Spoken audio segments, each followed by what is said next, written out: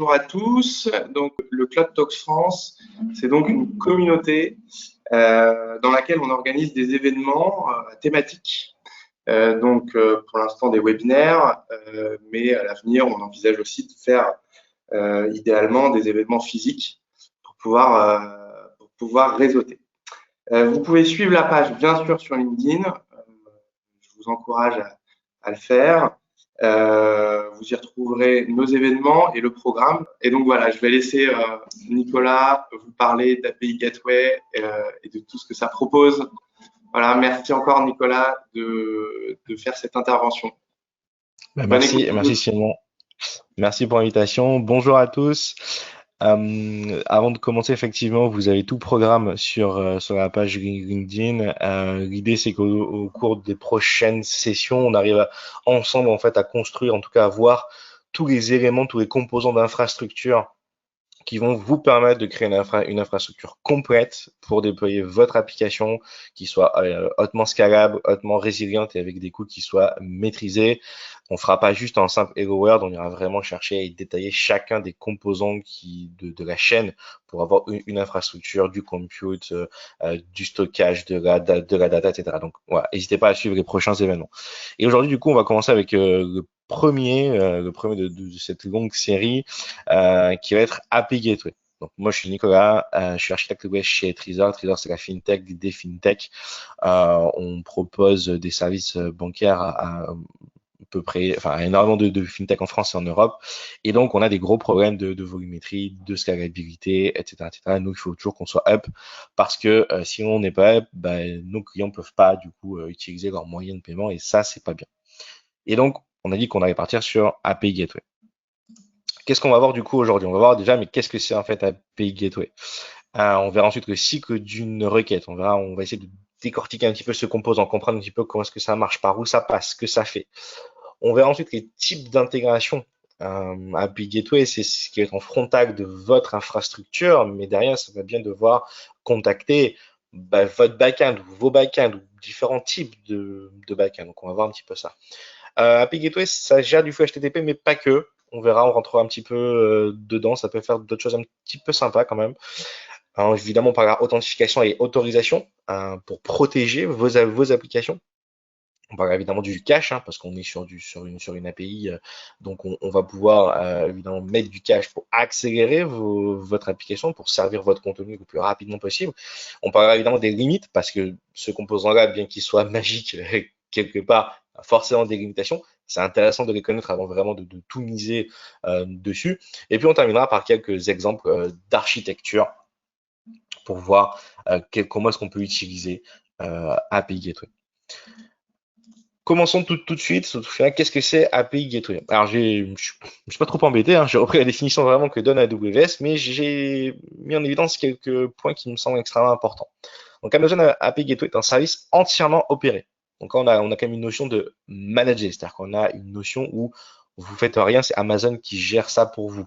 Donc, pas de serveur à maintenir, pas de patching d'OS, pas de maintenance à faire. Qui permet aux développeurs de créer, publier, gérer et surveiller et sécuriser facilement des API à n'importe quelle échelle. Ça, c'est important, ou n'importe quelle échelle, donc il y a une notion de scalabilité. C'est ça aussi qu'on recherche sur le cloud, c'est vraiment d'avoir une élasticité, de pouvoir en fait encaisser des pics de trafic. On a souvent des applications qui peuvent croître, qui ont des pics d'activité à des moments qu'on ne peut pas forcément prédire. Et donc, on aime avoir quelque chose qui puisse s'adapter, qui puisse encaisser ces coûts. Les API servent de port d'entrée pour que les applications puissent accéder aux données, à la logique métier et aux fonctionnalités de vos services back-end. Donc ça, c'est vraiment le point extrêmement important, c'est de bien comprendre que c'est le premier composant de votre infrastructure. Alors, comment on faisait avant API Gateway? On avait une infrastructure un petit peu de ce type-là, généralement, ce qu'on pouvait retrouver. Donc, vous allez avoir un load balancer qui soit physique ou applicatif. Vous allez recevoir derrière un ou plusieurs serveurs web et puis qui vont cascader ça à des serveurs applicatifs de différents types. Avec API Gateway, du coup, ça change un petit peu. C'est-à-dire qu'on passe dans un mode où on a API Gateway, du coup, qui est managé par AWS, qui va pouvoir à la fois envoyer du trafic vers vos applications sur AWS, mais également vos applications on-prem. Donc, Vous pouvez utiliser API Gateway, même si vous n'avez pas tout votre workload sur AWS. Et ça peut être intéressant, on verra ça par la suite. Ok, quelques concepts de base quand même dans la terminologie un petit peu de API Gateway, c'est intéressant de comprendre ça. Donc on a une notion de stage. Le stage, en fait, c'est la version de la définition de l'ensemble de vos routes. D'accord? C'est vous exposez une API, vous exposez une application, donc vous avez des routes HTTP. Donc un stage, en fait, vous allez pouvoir regrouper l'ensemble de vos routes. Typiquement, vous allez pouvoir avoir des stages dev, pré-prod, prod, par exemple, ou des stages avec le numéro de la version de votre application, qui derrière vont faire que quand vous allez appeler une route sur votre applicateur, elle va peut-être taper un backend spécifique en fonction du stage, justement. Ce qu'on appelle une méthode, du coup, c'est le verbe HTTP. Donc, on a tous les verbes HTTP, hein, get, post, put, patch, etc., etc. Et puis, on a un verbe qui est mis sur, une méthode qui est mise sur API qui s'appelle any, qui en fait veut dire tous les verbes HTTP possibles. Donc, quand vous définissez qu'une route est en mode any, ça veut dire que vous pouvez l'appeler en get, en post, en put, en delete, en patch. Ça marchera, ça va arriver sur cet endroit. Et la notion de custom domain. Alors ça, c'est un nom de domaine personnalisé qui renvoie vers un stage. Typiquement, vous allez créer example.com/v1. Example.com/v1, ça va pointer vers le stage qui s'appelle prod, par exemple. Et example/v2, ça peut pointer vers le stage prod 1.2, par exemple. Enfin, vous pouvez imaginer tout ça. Donc vraiment, le custom domain, ça vient se mettre devant votre API Gateway, ce qui est le nom de domaine personnalisé. Du coup, vous allez pouvoir faire du routage comme ça vers différents stages. Une intégration, du coup, c'est le point de terminaison à qui API Gateway en fait, va transmettre la requête. Encore une fois, API Gateway, c'est juste une porte d'entrée de votre infrastructure. Derrière, il va bien falloir contacter votre applicatif, votre backend. Donc, on appelle ça une intégration. Et enfin, une ressource. En fait, une ressource, c'est un mix un petit peu de un pass, donc une URL, un chemin, une méthode, get, post, put, delete, etc. Et puis une intégration. Et donc, c'est ces trois choses qu'on appelle du coup une ressource dans la terminologie API Gateway. On a différents types d'API Gateway. Si vous allez dans la console et que vous commencez à utiliser API Gateway, le premier truc qu'on vous demande, c'est vous êtes plutôt HTTP ou plutôt REST. Alors, en vrai, les deux API Gateway permettent de servir hein, du contenu, enfin des API, qu'elles soient REST ou même des applicatifs avec du HTML, etc. La question n'est pas là. Simplement, il y a une différence de fonctionnalité. Donc, les API Gateway dites HTTP, elles sont 3 fois moins chères que les API Gateway REST. On parle de $1 par million de requêtes. Oui, par million de requêtes qui arrivent, mais elles ont aussi beaucoup moins de fonctionnalités. On ne va pas pouvoir agir finement sur le cycle de vie de la requête. Par opposition, vous avez les API Gateway dites REST, qui ont des fonctionnalités avancées. Elles coûtent du coup plus cher. On est à $3 par million de requêtes, qui reste quand même assez abordable à mon sens. Vous avez ensuite différents types. Donc, des API Gateway REST qui vont être dites régionales, c'est-à-dire qu'elles vont être déployées dans une région. Elles vont du coup être optimisées pour servir rapidement vos clients au sein d'une région AWS.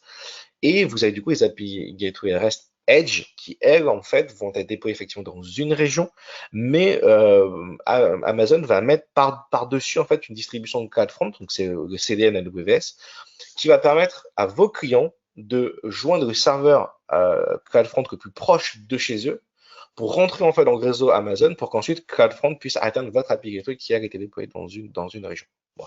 Les petites différences. Les API Gateway régionales sont plutôt privilégiées quand vous avez votre trafic, vous avez un site français, vous mettez votre API Gateway à Paris, ça marche très bien. Vous avez une application qui est worldwide, privilégiée effectivement plutôt que les API Gateway Edge.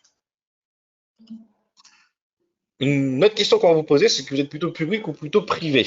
Alors, bien comprendre un petit peu la différence. Donc, on a les API Gateway publics qui sont joignables sur Internet, depuis Internet. Les API Gateway privés, malheureusement, ne sont joignables que depuis votre VPC via un VPC endpoint. Vous savez, le VPC, le Virtual Private Cloud, c'est votre bout de réseau chez AWS. Et un VPC endpoint, c'est une connectivité que vous allez pouvoir donner à votre VPC pour joindre des services AWS. Par défaut, votre VPC n'a pas accès à Internet. Donc, les API Gateway privées peuvent être intéressantes dans des cas où vous avez besoin de sécurité avancée. J'ai des exemples plus tard, on découvrira ça. Votre API Gateway public, du coup, elle peut contacter des ressources, qu'elles soient publiques ou dans votre VPC. Ça, c'est très pratique parce que l'API Gateway peut également le faire. L'API gateway privé peut également contacter des ressources qui soient publiques ou qui soient dans votre VPC. Une API gateway publique ne peut pas être utilisée, ne peut pas être contactée via un VPC endpoint. Elle peut avoir un FQDN personnalisé avec un certificat SSL et elle supporte le MTLS, donc une technologie d'authentification mutuelle. L'API gateway privée ne supporte rien de tout ça. Vous ne pouvez pas avoir de FQDN personnalisé. Elle ne supporte pas le MTLS. D'accord? Donc, il y a bien une vraie différence entre les deux, mais on verra au travers des exemples d'architecture comment est-ce qu'on peut, dans quel cas il vaut mieux qu'on utilise l'une ou l'autre. Ok, rentrons un peu plus dans le détail. C'est quoi le cycle de vie d'une requête HTTP dans une API Gateway? Alors, ici, je vais vraiment vous décrire le cycle de vie, donc dans une API Gateway de type REST, celle qui a des fonctionnalités les plus avancées. D'accord? Donc, vous avez un client qui va contacter votre API Gateway. Là, vous allez avoir une première étape qui s'appelle le method request. Au niveau du method request, vous allez pouvoir faire différentes choses. Donc, ça, c'est la première étape. Ça passe par là. Vous allez pouvoir valider l'authentification et l'autorisation. Donc, pour ça, vous allez pouvoir utiliser des IAM avec éventuellement du Cognito en fait qui va utiliser du coup derrière un role IAM. Vous allez pouvoir invoquer une fonction lambda. Donc, fonction lambda, vous savez, c'est cette petite fonction serverless qui va pouvoir prendre votre requête, avoir votre logique métier pour dire si vous autorisez ou si vous refusez que l'utilisateur aille plus loin. Et vous pouvez également avoir une gestion par API key. Donc, vous savez, les API key, c'est une clé, vous la donnez à chacun de vos clients, c'est on va dire un secret partagé. Problème de l'API key, c'est que ça peut se révoquer difficilement. Il n'y a pas une méthode d'authentification. C'est quiconque possède cette API key peut se faire passer pour votre client. Mais en tout cas, c'est supporté en natif par API Gateway. Mais surtout, vous allez pouvoir valider votre requête avant que ça rentre dans votre application. Vous allez pouvoir valider le body de votre requête uniquement, c'est-à-dire les noms des champs, le type des champs. Si vous travaillez sur une API en JSON, ça peut être extrêmement pratique. Vous allez pouvoir valider les query param et les headers. Donc, vérifiez que vous avez bien les bons headers, vous avez bien les query param pour chacune de vos routes. Ça peut aussi être pratique. Vous allez pouvoir vraiment avoir le combo ultime. Vous allez pouvoir mettre des règles de validation pour valider à la fois le body et les query param et les headers. C'est vraiment ceinture et bretelle. Ok, donc maintenant que notre requête elle est passée par cette première étape de method request, elle va arriver dans ce qu'on appelle l'intégration request. Et là, il va se passer énormément de choses. Donc c'est la deuxième étape. Et là, on va définir à qui API Gateway va transmettre la requête. Et donc, vous avez toute une capacité de transformation de votre requête. Vous allez pouvoir modifier les headers HTTP, vous allez pouvoir modifier des pass-param, et vous allez également pouvoir modifier le body de votre requête à l'aide du langage VTL. Alors, qu'est-ce que ça donne si on fait un focus sur cette intégration request? En fait, l'intégration request, elle va du coup transformer votre requête, elle peut transformer votre requête pour ensuite sortir une requête qu'elle va envoyer à l'intégration. Ici, dans mon exemple, mon client appelle endpoint post users. Ok, ça rentre dans l'intégration request. Je transforme ma requête pour qu'à la fin, j'appelle mon intégration sur la route put v1 new users, par exemple. Voilà, ça, c'est quelque chose que je peux faire. Donc, API Gateway peut également aider à la transformation de vos applications pour essayer de les moderniser un petit peu. Vous pouvez faire avec votre legacy, vous allez pouvoir le rendre un petit peu plus sexy en fait avec API Gateway. Et encore une fois, la partie de la transformation, elle se fait au sein d'API Gateway. Vous n'avez pas de code applicatif à développer. Alors, si on rentre un peu plus dedans, en fait, on va pouvoir, au niveau d'intégration request, avoir des applications de transformation. En fait, vous allez appliquer ce qu'on appelle un template basé sur certains critères. L'un des critères va par exemple être le content type. Donc, mon client m'appelle avec un content type application JSON. Ça arrive et là, du coup, dans mon intégration request, j'ai configuré que quand je reçois une demande avec un content type application JSON, je vais appliquer ce template VTL là. Okay. Alors, tout à l'heure, je vous parle de VTL, mais peut-être vous demandez juste qu'est-ce que c'est, au final, le VTL. Ben, c'est ce qu'on appelle le Velocity Template Language. C'est porté par la Fondation Apache. Je vous laisse aller voir. Je vous ai mis un petit lien en bas. Et donc, qu'est-ce que ça permet de faire concrètement? Ici, j'ai un exemple de bout de code VTL qui va me permettre de transformer ce que j'envoie à mon intégration. En gros, je vais forger ce JSON-là. Mon intégration va recevoir ce payload-là. Et donc, vous voyez la présence d'un $input.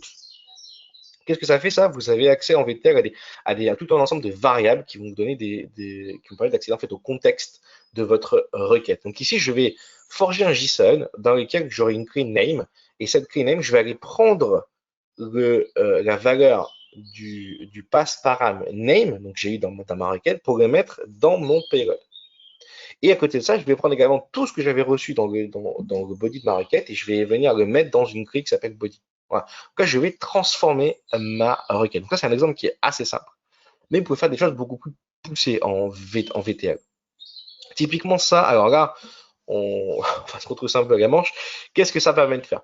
En gros, je vais forger un JSON qui va contenir une clé param. Dans cette clé param, j'ai un objet en JSON, un briquet, qui va contenir une clé header, qui va contenir tous mes headers en mode clé valeur, une clé body qui va contenir tout mon body, et une clé query param qui va contenir en fait tous mes query param. D'accord?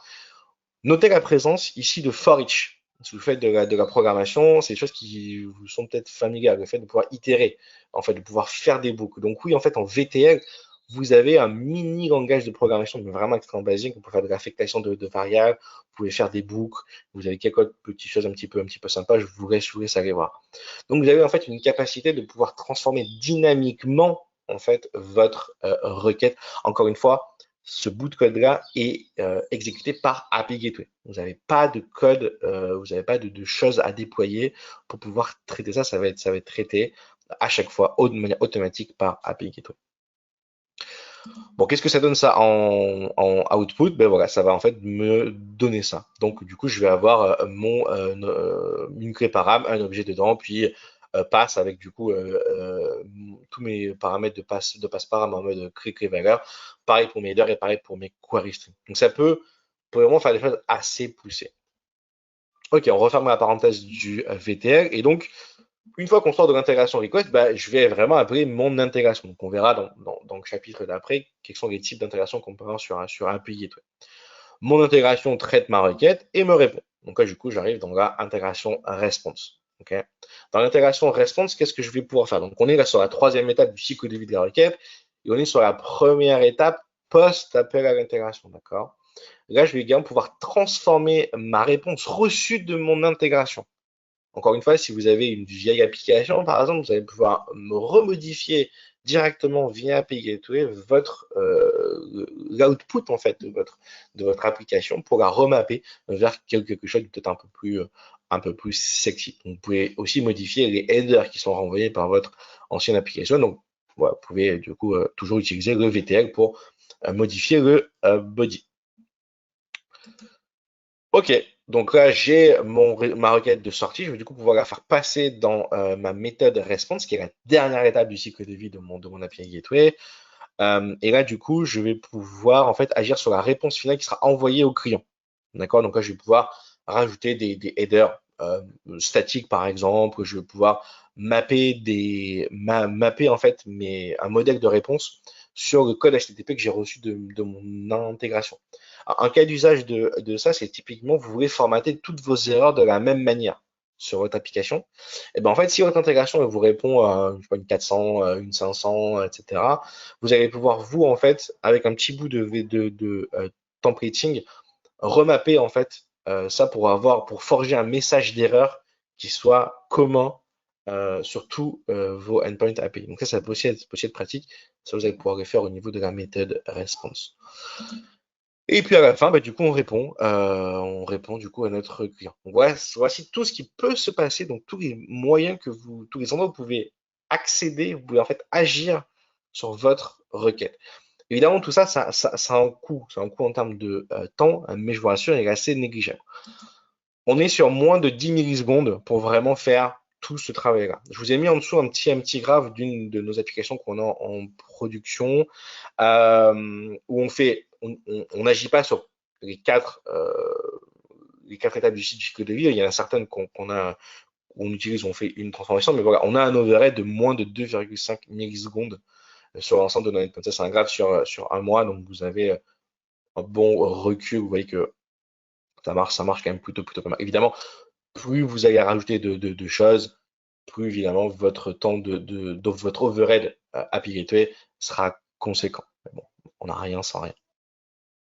Ok, on a beaucoup parlé des types d'intégration et de l'intégration en général. Rentrons un peu plus vraiment dans le détail. Sur quoi je peux brancher mon API Gateway? Je peux brancher là sur une fonction lambda. Ça, c'est quand même extrêmement intéressant. C'est que vraiment, du coup, vous commencez à dessiner une stack, on va dire, serverless et hautement managée. Vous gérez pas le traitement des requêtes HTTP, vous gérez pas votre compute, parce que Lambda, c'est managé par AWS. Donc, voilà. Vous pouvez avoir une intégration de type HTTP. C'est-à-dire que vous allez pouvoir contacter une URL derrière. Vous avez une intégration de type mock, on va voir que c'est quand même pas mal sous-coté et ça a beaucoup de valeur. Vous pouvez faire vraiment des choses intéressantes avec. Vous allez pouvoir vous connecter sur des services AWS. Ça, c'est vraiment intéressant. Et on terminera par le VPC Link. C'est plus pour moderniser, on va dire, vos anciennes applications. Donc, sur une fonction lambda, si vous cliquez sur je veux une intégration de type lambda, on va vous demander, OK, lambda ou lambda proxy? Alors, hein, déjà, qu'est-ce que c'est la différence?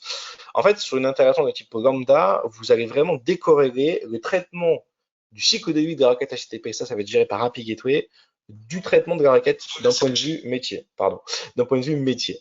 Euh, C'est-à-dire que vous allez devoir, vous êtes dans une relation de type lambda, gérer en fait le filtrage de votre requête, la gestion des headers, le formatage, etc.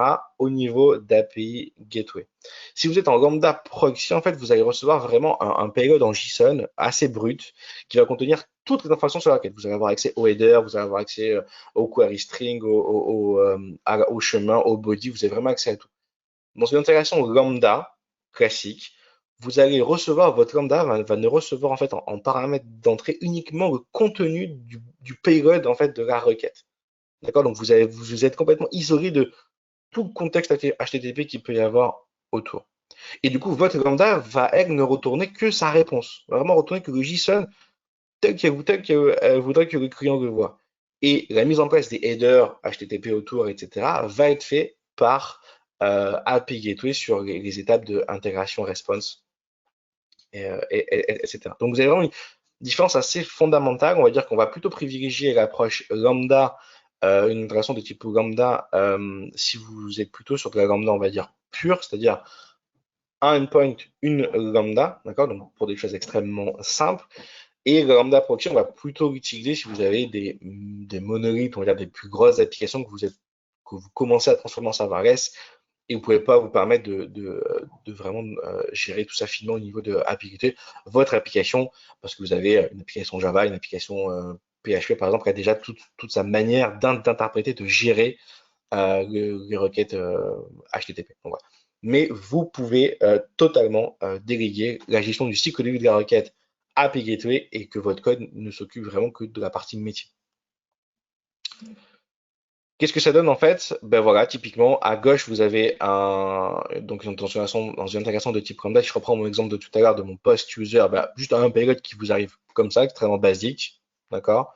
Par contre en lambda proxy, vous voici la taille de l'événement que vous allez avoir. Vous allez vraiment récupérer tous les éléments, les headers, comme je vous disais, énormément d'informations qui vont vous permettre après d'initialiser votre application avec tout ce contexte HTTP, qui peut aussi être intéressant. C'est toujours intéressant de comprendre comment ça marche behind the scenes. Qu'on pense que sur AWS, il y a un petit peu de magie par endroit. Non, il n'y a pas de magie. L'informatique, ne peut pas être magique malheureusement. Donc en fait, ce qui se passe, c'est quand vous demandez une intégration de type lambda, ce que fait API Gateway, il va du coup tout simplement utiliser l'API lambda. Et donc en fait, il va utiliser la méthode invoke de l'API lambda pour pouvoir en fait déclencher l'invocation de votre fonction lambda. Simplement, lui, il le fait d'une manière la plus optimisée possible. C'est-à-dire que déjà, ils sont appliqués dans le réseau Amazon, donc ils ont une connectivité pré-privilégiée. Ils vont avoir du coup une capacité à pouvoir réutiliser des connexions qui sont déjà ouvertes pour éviter de devoir faire des négociations HTTPS, etc., etc. Bref, toute une optimisation qui est faite pour que vous ayez le moins d'overhead possible. En fait, voilà, derrière, ce qui se passe, c'est que API Gateway appelle votre lambda avec, comme vous pourriez faire depuis la console AWS. Voilà. En intéressant type HTTP. Alors là, c'est plutôt intéressant, c'est que vous allez pouvoir faire une sous-requête. En fait, API Gateway va faire en fait une sous-requête. Il va pas faire une 302 pour vous renvoyer vers ça, non, non. Et votre requête arrive, API Gateway la prend, et lui, il fait une sous-requête vers cette intégration de type HTTP, il attend de récupérer la réponse, et du coup, il va renvoyer la réponse à votre client. Donc pareil, avec tout ce qu'on a vu précédemment, vous avez une capacité à pouvoir modifier votre requête, vous avez une capacité à pouvoir transférer le contenu original de la requête, donc tous les headers, etc. Ou vous pouvez filtrer vos headers, bref. Vous avez du coup cette capacité de pouvoir agir sur ça. Donc ça, c'est pas mal quand vous voulez un petit peu proxifier votre application. Si vous avez par exemple une architecture orientée service, peut-être différents services qui eux-mêmes exposent des API HTTP, vous pouvez mettre du coup une API Gateway devant qui peut centraliser tout ça et donner à votre client un seul endpoint. Enfin, un seul FQD plutôt. Les intégrations de type mock. Alors, ça c'est pas mal parce que ça permet de renvoyer une réponse statique. C'est typiquement ce qui est utilisé par API Gateway. Si vous activez la gestion du corse au niveau d'API Gateway, vous savez, ces requêtes de type option qui sont envoyées, qui attendent du coup une réponse avec différents headers. Ça, c'est si vous regardez comment API Gateway le fait, il va utiliser en fait une intégration de type mock. Vous pouvez renvoyer du coup, par exemple, un Swagger. Vous allez pouvoir envoyer la version de votre application. Vous pouvez imaginer que voilà, vous allez avoir un peu une slash version. Plutôt que ça appelle votre code qui va charger un fichier de conf qui, dedans, il y aura la version de votre application. Bah, vous pouvez juste dire à API Gateway, quand tu appelles cette version, cette endpoint-là, slash version, tu me renvoies cette valeur-là. Voilà. Et vous pouvez également moquer du coup votre application pour qu'une autre équipe puisse commencer à l'implémenter. Si vous, dans votre entreprise, vous travaillez en contract first, c'est-à-dire que vos équipes gèrent des services et juste diffusent un Swagger de leur service, vous allez pouvoir très rapidement, sans forcément que vous ayez fini le développement de votre service, exposer une API Gateway avec du coup l'ensemble de vos routes et du coup des modèles de données éventuellement statiques derrière, des réponses statiques, etc. Mais au moins qui vont permettre aux consommateurs de votre application de commencer à pouvoir l'intégrer et à jouer avec. Ok. D'un autre type d'intégration, les services AWS. Alors ça, c'est quand même assez magique. C'est-à-dire qu'au final, souvenez-vous, hein, AWS, c'est du cloud, c'est un ensemble de services, mais c'est surtout une énorme API. Au final, tous les services AWS ne sont joignables que par des API. Que vous utilisiez un SDK dans votre applicatif, la ligne de commande AWS ou même la console AWS, ce ne sont que des appels API vers les services AWS. Donc, au final, AWS peut être piloté intégralement via les API HTTP, et ça c'est plutôt cool. Donc quasiment tous les services AWS sont disponibles, je ne les ai pas tous vérifiés, il y a plus de 200 services chez Amazon, je ne vais pas vérifier s'ils étaient tous dans la liste, mais ils ont l'air effectivement d'y être. Ça peut être cross-région, ça peut être aussi pratique. Vous pouvez avoir une API Gateway à Paris, vous allez pouvoir piloter des ressources à Francfort par exemple. Ça peut être pas mal. Et surtout, vous allez pouvoir en fait mapper la requête API Gateway du coup sur votre service AWS. L'avantage de ça, c'est que les API AWS, elles sont parfois un peu complexes. En tout cas, elles sont peut-être pas ultra friendly. Du coup, vous pouvez très bien imaginer proposer un contrat d'interface un peu plus simple, un peu plus friendly, et derrière, vous allez vous débrouiller, vous, avec du VTL, le remapper sur le contrat de l'interface du service AWS. Et donc, vous allez pouvoir créer comme ça, de manière no-code, une proxification, on va dire, des services AWS, qui peut aussi être très, très pratique. Alors, ok, c'est pratique, mais qu'est-ce que je peux faire avec? Ben, je vois quelques cas d'usage. Vous pouvez directement interagir avec DynamoDB. Vous pouvez très bien imaginer, vous pouvez faire un CRUD extrêmement simple. Vous définissez vos routes sur API Gateway, puis vous allez directement pouvoir lire ou écrire dans DynamoDB. Vous allez pouvoir traiter des notifications asynchrones. Typiquement, vous allez pouvoir brancher API Gateway vers SQS, c'est-à-dire que tout ce qui arrive sur un endpoint de mon API Gateway, je l'envoie dans une file SQS. SQS Simple Queue Service, un des plus vieux services à AWS qui permet de gérer des files de messages. Envoyer un fichier, exposer un fichier statique sur S3. Voilà, c'est que vous appelez votre API Gateway, lui il va lire le fichier sur S3, il vous retourne le contenu. Bref, je vous ai mis pas mal d'exemples, mais vous pouvez imaginer beaucoup de cas d'usage pour vous simplifier la vie, plutôt que de faire un petit bout de code au milieu qui serait peut-être extrêmement simple. Mais encore une fois, quand on est dans un contexte entreprise, qu'on fait un petit bout de code, ça veut dire comment est-ce que donc un repo Git, ça veut dire des chaînes de CI et de CI/CD, ça veut dire penser au patching, ça veut dire beaucoup de choses pour au final faire quoi? Prendre d'un côté et envoyer de l'autre. Ça, vous pouvez directement le déléguer à votre infrastructure, à API Gateway. Dernier type d'intégration, le VPC Link. Ça, c'est extrêmement pratique. Le VPC Link, ça permet de renvoyer du trafic vers un NLB. Le NLB, c'est le Network Load Balancer, donc ça permet de router le trafic sur les couches basses du modèle OSI. D'accord? Donc, on est vraiment au niveau TCP. Un exemple, vous avez du coup votre client qui appelle votre API Gateway. API Gateway du coup va utiliser un VPC pour contacter votre Network Load Balancer. Et votre Network Load Balancer, lui, va pouvoir rediriger du trafic vers potentiellement une instance EC2 ou un pool d'instances EC2 qui sont sur AWS, mais également vers votre infrastructure on-prem via ensuite une autre gateway, un VPC, un VPN site-to-site. Donc vous allez pouvoir monter une connexion VPN de votre infrastructure on-prem vers AWS ou même connexion directe connecte avec une connexion directe avec les services AWS. Donc voilà, vous pouvez utiliser API Gateway pour moderniser même des applications, votre infrastructure qui peut être on-prem. Ça, c'est quand même plutôt pratique. Je vous disais en introduction que API Gateway, ça fait du HTTP, mais pas que. Effectivement, ça peut faire du WebSocket. Alors, je trouve ça extrêmement intéressant, la manière, l'approche qui est prise. En fait, API Gateway va maintenir pour vous la connexion avec votre client final, mais pas avec votre backend. D'accord? Au final, quand vous avez une connexion WebSocket, c'est juste que vous avez un tunnel qui est ouvert et puis deux personnes peuvent se parler dedans. Moi, je peux envoyer un message et le client peut m'envoyer un message. Mais au final, on pourrait simplifier que l'envoi des messages, on pourrait dire juste que c'est des événements, en fait. Donc, le tunnel est ouvert, mais s'il ne se passe rien, il se passe rien. Par contre, quand mon client va envoyer un message, derrière API Gateway va pouvoir déclencher mon backend. En fait, pour dire, tiens, il vient de se passer ça.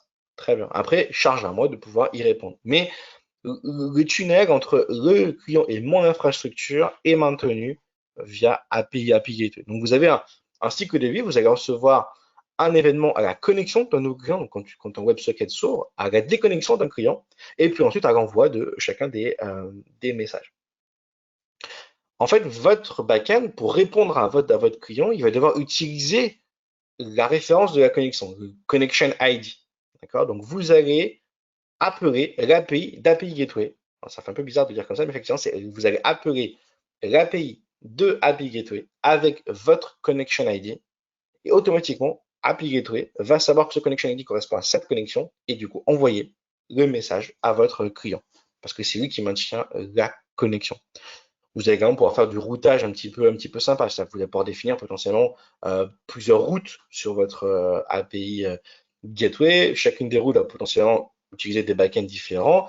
Et donc, dans le développement de votre application, vous allez envoyer des événements en JSON, d'accord, dans votre tunnel WebSocket.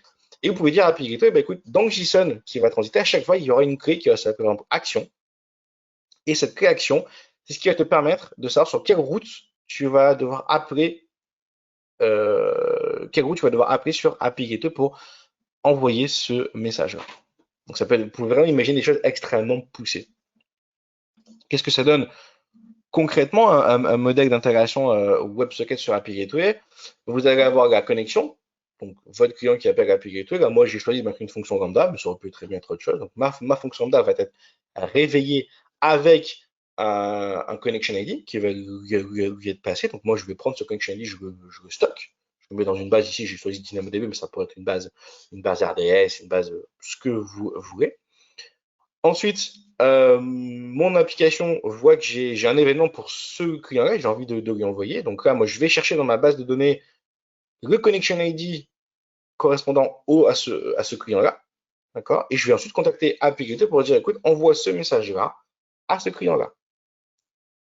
Et automatiquement, API Gateway va s'occuper de le faire. Et puis, j'ai le cas inverse où bah, mon client va m'envoyer un message. Donc, il envoie un message à API Gateway. API Gateway, du coup, invoque mon backend. Ici, j'ai toujours une fonction lambda. Je lui passe en référence le connection ID. Et là, moi, je suis capable du coup d'aller voir dans la base de données, de prendre ce connection ID. Je sais qu'il appartient à tel utilisateur. Et donc, du coup, c'est ce qui va me permettre de retrouver mon contexte. En fait, un petit peu, le connection ID, c'est un peu comme un identifiant de session pour un petit peu le traduire comme ça. Alors, l'authentification et l'autorisation. C'est quand même un sujet intéressant quand on veut exposer une application sur Internet. Alors, comme je vous disais, API Gateway gère nativement les API keys. D'accord? Donc ça, si vous voulez avoir un modèle basé sur des API keys, ça se fait très bien, c'est natif. Pas besoin de redévelopper ça de manière applicative. Vous avez également une gestion du throttling avec ce qu'ils appellent des usage plans. En fait, vous allez pouvoir associer à une API Gateway ou un ensemble, pardon, à une API Key ou un ensemble d'API Key des usage plans. Typiquement, si vous faites une API et vous voulez avoir des offres, on va dire free, basique et premium, avec du coup des capacités pour faire des requêtes par mois ou des requêtes, un nombre de requêtes par seconde, vous allez automatiquement pouvoir le faire sur API Gateway. C'est géré en natif. Vous allez pouvoir avoir une gestion des accès via IAM. Donc, en gros, vous allez pouvoir définir un rogue IAM qui va vous permettre de pouvoir accéder à votre API Gateway. Dites-vous bien que chaque ressource sur votre API Gateway, ça a un ARN. D'accord? Donc, on a Amazon Resource Name. C'est un identifiant unique qui permet d'identifier chaque ressource de votre API Gateway. Et ça, vous allez pouvoir, du coup, vous en servir dans vos rogues IAM pour, par exemple, faire que seulement une personne puisse appeler telle route de votre application. Si vous mappez ça avec du Cognito, qui est le service pour gérer les utilisateurs proposé par AWS, vous allez pouvoir faire des choses extrêmement poussées. Ça supporte le MTLS, donc vous savez, le MTLS c'est le Mutual TLS, donc c'est-à-dire que le client doit s'authentifier auprès du serveur, tout comme le serveur s'authentifie auprès du client. D'accord? Quand vous naviguez sur Internet, c'est que dans un seul sens, c'est le serveur qui s'authentifie auprès de vous. Il vous envoie son certificat et vous vérifiez que tout est OK. Dans le MTLS, on a également l'inverse, c'est-à-dire que vous devez fournir un certificat que le serveur va du coup devoir autoriser. Ça peut être aussi extrêmement intéressant dans des cas où vous allez pouvoir établir des connexions avec des partenaires, par exemple, etc. Ou même sécuriser l'accès à vos applicatifs en interne, au staff de votre entreprise. C'est cumulatif, ces méthodes d'authentification. Vous allez pouvoir cumuler une API key, un Lambda Authorizer. Donc, un Lambda Authorizer, c'est la capacité à pouvoir exécuter une fonction Lambda quand une requête arrive pour dire si vous souhaitez autoriser ou non cette requête. Donc, là, vous pouvez exécuter votre code métier, vous pouvez faire tous les checks que vous voulez. Voilà, c'est vous qui avez la main pour dire oui ou non, oui, je laisse passer ou non, je refuse. Donc, voilà, ça c'est cumulatif. Vous pouvez avoir de l'API key, du Lambda Authorizer, ou du API key et du IAM. Bref, vous pouvez faire pas mal de choses pour ça.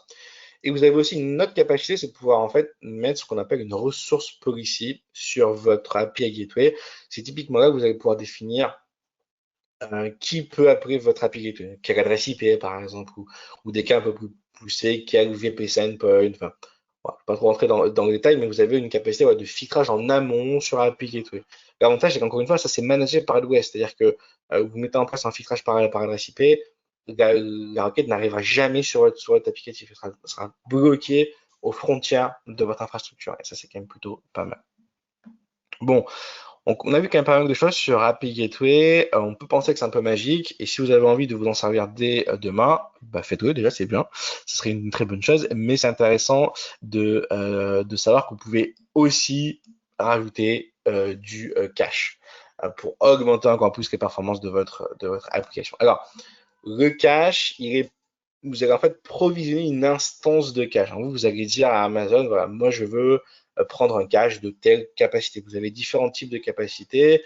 Ça va de 500 mégas à 237 gigas de cache. Évidemment, plus vous allez provisionner un cache volumineux, plus vous aurez des performances de votre cache. Votre cache, il aura un TTL maximum de 3600 secondes. C'est-à-dire au maximum toutes les heures, du coup, votre cache sera purgé. Tous les verbes sont cachables. Par défaut, seul le get est caché, mais vous pouvez configurer pour que vous puissiez éventuellement cacher des requêtes post. Je vous déconseille de le faire, mais c'est possible. Vous pouvez laisser également aussi à votre client pour savoir s'il souhaite invalider le cache ou pas. Via le header cache control, vous pouvez autoriser si votre client peut le faire ou pas. Si vous lui autorisez qu'il vous envoie un max age à 0, alors votre applicateur ira chercher la réponse auprès de votre backend. Si par contre vous avez désactivé cette capacité-là, votre client va vous appeler, du coup, votre applicateur va automatiquement vous renvoyer une erreur en disant non, tu n'as pas le droit d'envoyer ce header-là, je refuse. Vous allez pouvoir définir des politiques de mise en cache selon des query param, des headers, enfin tout un tas de choses. Vous allez avoir tout un ensemble de métriques pour savoir un peu comment votre cache est utilisé. Via CloudWatch, vous allez avoir des métriques de hit et de miss. Le hit, c'est quand votre cache a pu répondre, ce qui révèle l'information. Le miss, c'est quand votre applicateur a dû aller chercher l'information auprès de votre backend. Le cache est évidemment chiffré sur les serveurs de AWS.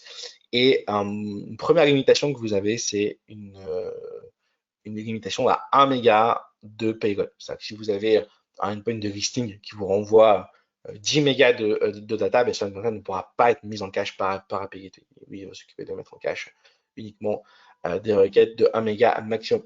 Mais si votre API a des requêtes de plus de 1 méga, il faudra peut-être essayer de retravailler un petit peu votre API. En parlant de limitations, du coup, faisons un peu le tour des principales limitations, en tout cas des limitations que je trouvais intéressantes de vous partager. Il y en a plein d'autres. Vous avez le lien en bas de REST vers toutes les limitations.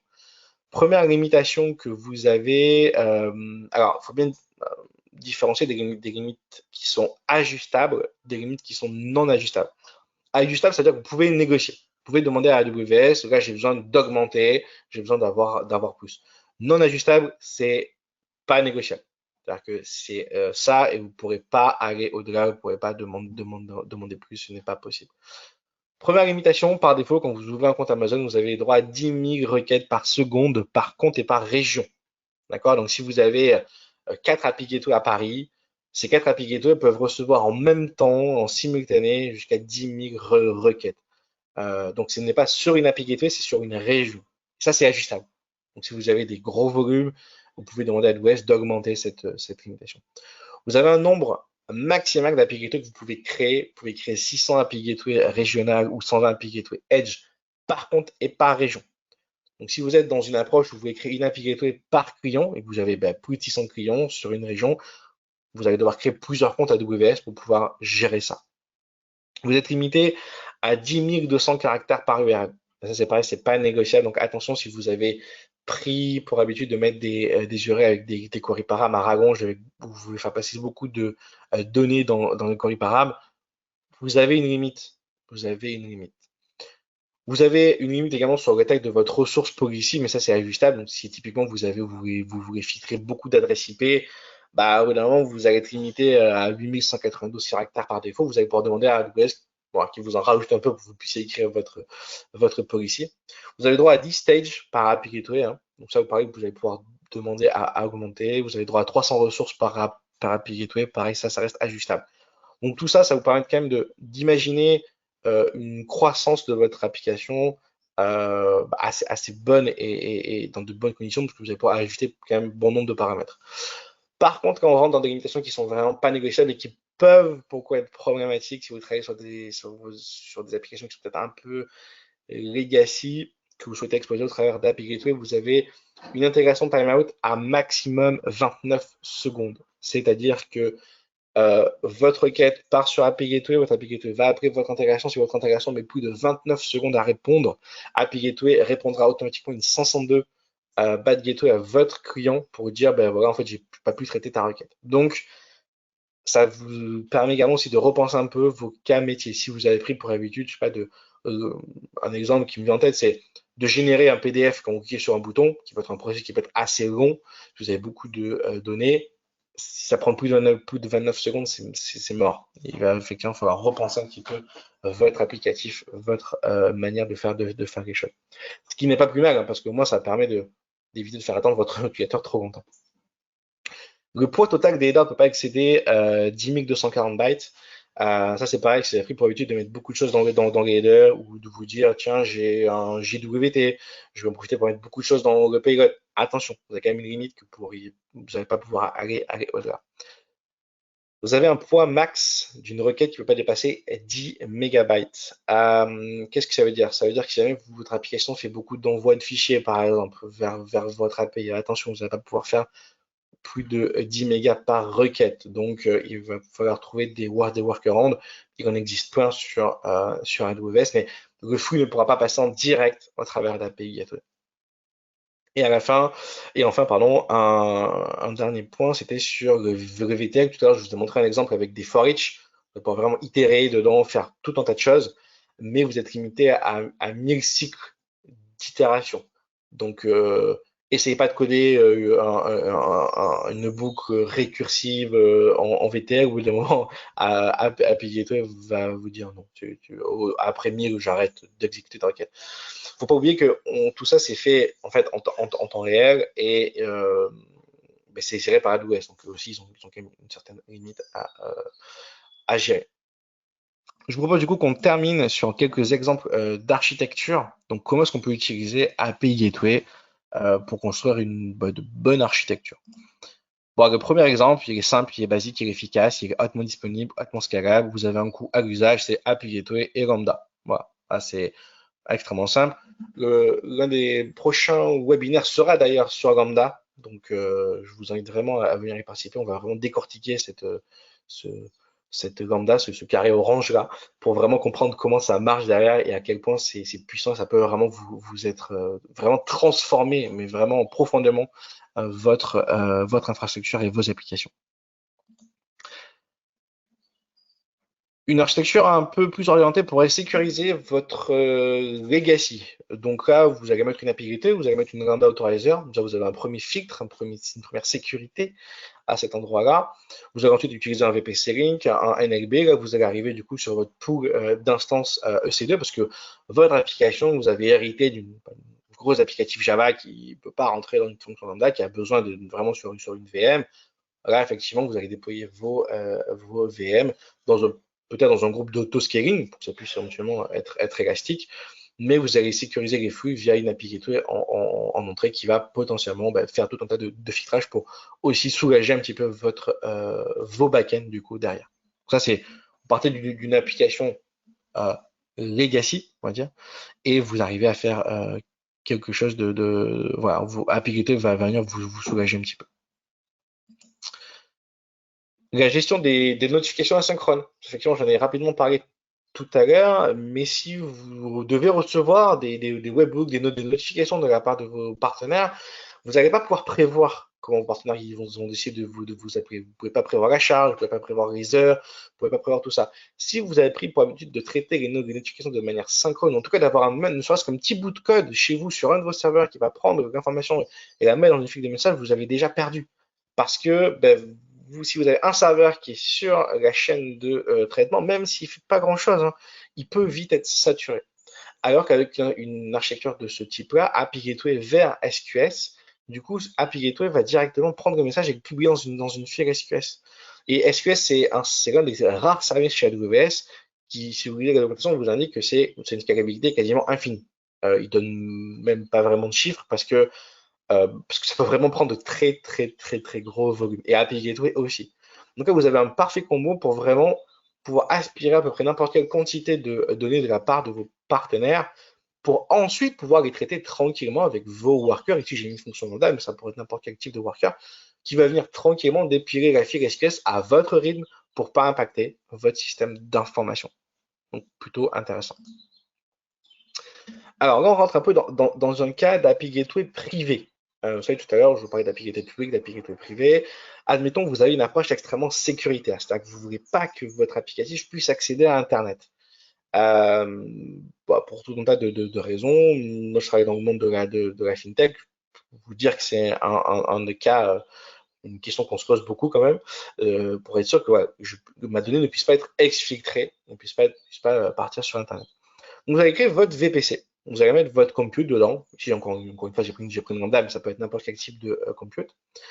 Sauf que votre application, à un moment donné, vous allez avoir un nouvel applicatif qui, lui, va devoir faire une requête à un partenaire extérieur. Vous allez devoir appeler une API extérieure. Alors là, vous avez deux stratégies. La première, c'est un petit peu lourd, c'est de mettre en place une NAT gateway, une Internet gateway pour en fait donner une connectivité Internet à votre VPC et de rajouter ensuite de filtrage par adresse IP. C'est-à-dire que vous allez devoir whitelister que seuls les flux vers les adresses IP de votre partenaire sont autorisés. Mais j'aime pas trop cette approche parce que déjà elle a un coût, vous avez un coût fixe de mise en place de cette infrastructure. Et surtout, vous allez pouvoir raisonner uniquement sur la partie IP. C'est-à-dire que vous allez pouvoir potentiellement permettre à votre application de contacter tous les endpoints de votre partenaire. Or là, vous voulez vous assurer que votre application ne peut contacter que juste un endpoint sur votre partenaire et vraiment que celui-ci. Donc, vous allez utiliser une API Gateway privée, du coup, qui sera déployée dans votre VPC avec un VPC endpoint. Et cette API Gateway privée, vous allez faire une intégration de type HTTP dessus. Et elle peut contacter Internet. Donc, en fait, vous allez proxifier votre sortie sur Internet. Voilà. Donc, votre réseau n'a pas accès à Internet, mais vous pouvez uniquement appeler ce endpoint sur votre API Gateway qui lui fera l'appel à uniquement un endpoint précis chez votre partenaire. Voilà. Ça peut aussi être un modèle d'intégration, d'utilisation d'API Gateway dans votre infrastructure interne. Évidemment, Un autre exemple, c'est si vous êtes en architecture orientée service, vous avez du coup plusieurs services qui doivent se parler entre eux. Donc ici, encore une fois, j'ai mis plusieurs lambda, mais vous avez compris le principe, ça peut vraiment être n'importe quoi. Vous allez mettre une API Gateway en interne chez vous, une API Gateway privée, parce qu'il n'y a pas besoin de sortir sur Internet. Personne n'a besoin de savoir que vous êtes en train de vous appeler vous-même, hein. Ça peut rester vraiment chez vous, dans votre propre réseau. Et donc, votre fonction, votre application va appeler une API Gateway privée qui elle-même va permettre d'appeler un autre de vos backends. Encore une fois, c'est hautement disponible et c'est hautement scalable parce que c'est géré par API Gateway. Voilà, c'est tout ce que je voulais vous dire sur API Gateway. Je pense qu'il y a déjà pas mal de choses. Évidemment, j'ai pas pu aborder tous les aspects d'API Gateway. Il y en a quand même certains autres qu'on pourrait creuser, mais j'essaie vraiment de vous donner un petit peu un vernis un petit peu sur pas mal d'aspects, pas mal de possibilités que peut avoir API Gateway, sans vraiment vous présenter un cas d'usage spécifique. L'idée étant de vous montrer que c'est un composant qui est extrêmement puissant, que vous allez pouvoir vraiment utiliser dans votre infrastructure pour vraiment vous décharger de faire beaucoup, beaucoup de choses. Encore une fois, le but du code, et notamment le but de AWS, c'est vous permettre de vous concentrer sur la valeur métier de vos applications et pas de devoir gérer l'infrastructure.